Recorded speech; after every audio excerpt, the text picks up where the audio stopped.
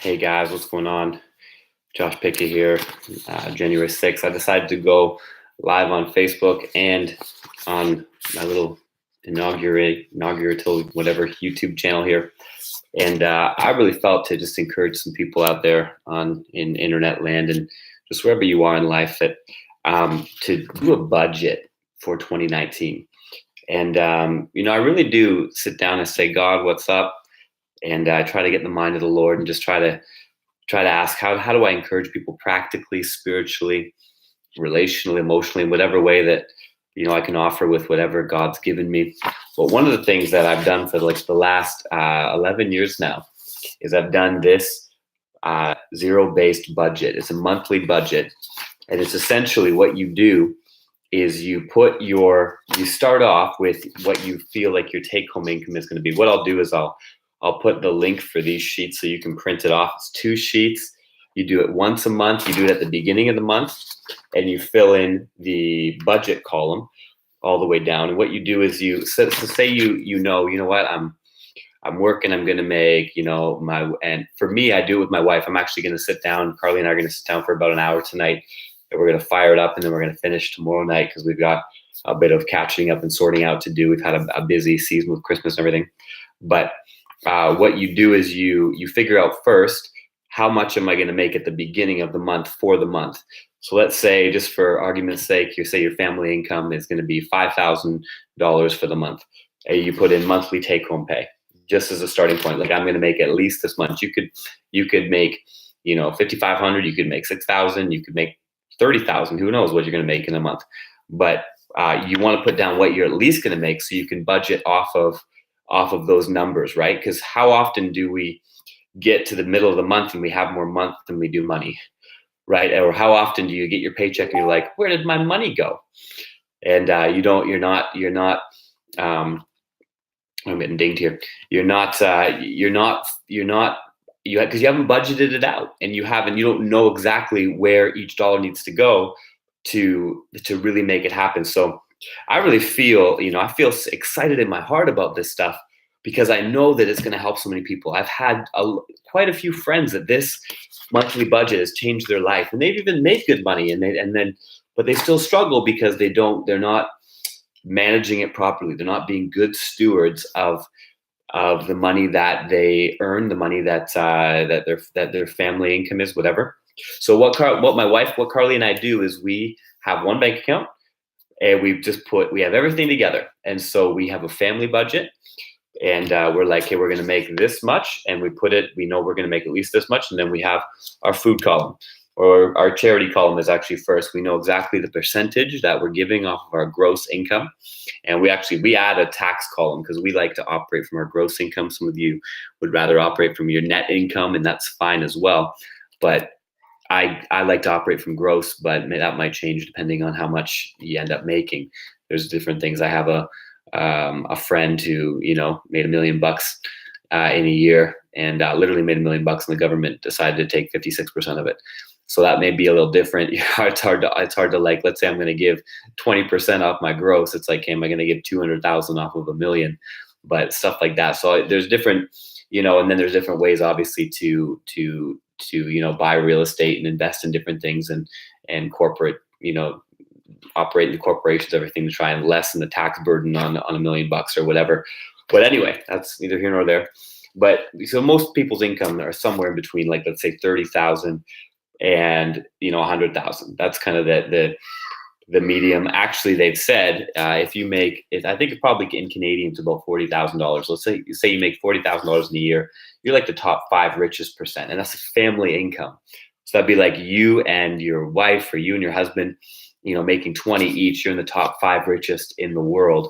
Because if you've been around the world at all, there's a ton. Not everybody lives like us Canadians. We have it pretty freaking good when it comes to, on a global scale. And we're still, oftentimes we complain about, whatever first world problems.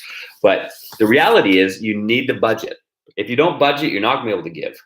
And then the next line is food, and you've got savings, you've got clothing, housing, and you've got all these transportation. You've got all these categories. On the next page, you have insurance, Everybody needs insurance. For me, we have life insurance. I got life insurance on my life because in case I croak, for whatever reason, unexpectedly, God forbid, I've got a life insurance policy. I've got a term life insurance policy because I'm saving and I'm investing. So hopefully in 15 years, I'll probably still have term life insurance, but I don't have whole life, but I have term life, but that's another can of worms as well.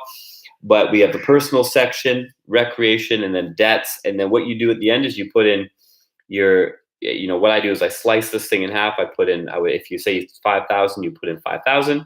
Then all your categories should add up to 5,000. In essence, you spend all your money on paper. This is what a zero-based budget means. You spend all your money on paper before the month begins. And there's lots of different ways. And I would really encourage you, if you're really wanting to delve into this stuff, Dave Ramsey has a ton of videos.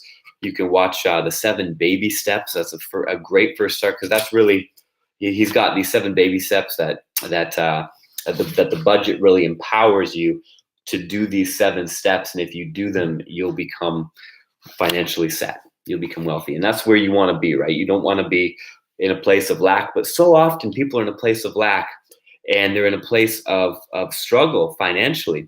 It's actually said like financial struggles are the cause of I think it's something like 70 or 80% of divorces or separations. It's because of money problems, money fights. You're not on the same page and you need to get on the same page with money. It's so important. It's not just a natural thing. It's a spiritual thing because money represents time. And so money represents the emotional labor and physical labor and investment of your life. You literally trade your life for money. And then so money, that's why money is it's a touchy subject for people because it represents their life. And so I really encourage you. I'm going to put the link on here. And again, my wife and I were sitting down. I looked up some quick scriptures on money, but it's Proverbs 22 verse 7 says, the rich rules over the poor and the borrower is the slave of the lender. That's why we don't want to have debt. We want to get out of debt. Baby step number 2, actually, in Dave Ramsey's, little scheme, and which is a great scheme, but it's get out of debt.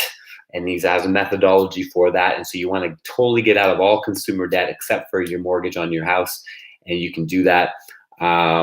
Proverbs 3 verse 9, honor the Lord with your wealth and the first fruits of all your produce, talking about just giving and taking of your increase and honoring God with it. And giving, I believe it means giving to charity, giving to the poor, giving to your local church, giving to things, charities that are helping people. That's of God. Okay, Luke 14:28-30, Jesus says, for which of you desiring to build a tower does not first sit down and count the cost, whether he has enough to complete it? Otherwise, when he has laid a foundation, is not able to finish. All who see it begin to mock him, saying, this man began to build and was not able to finish. In other words, you need a plan. You need a budget. And so, man, I really encourage you. Again, I'm going to put the link for these sheets. And if you have any questions, hit me up. But, you can't answer maybe everything. I'm not a guru, but this thing works. And I've been doing this for 11 years. I've got into debt. And because what it does is it helps you understand where you are exactly and what you have and what you can spend money on, what you can't spend money on. And then, even I was just recently, I got a cold call from an insurance company and she was saying, I could probably save you on insurance. I'm like, all right. So I took the half an hour and I answered the questions. Hey, I'm going to save $600 this year on just car insurance for me and my wife and house insurance for our house and our rental condo.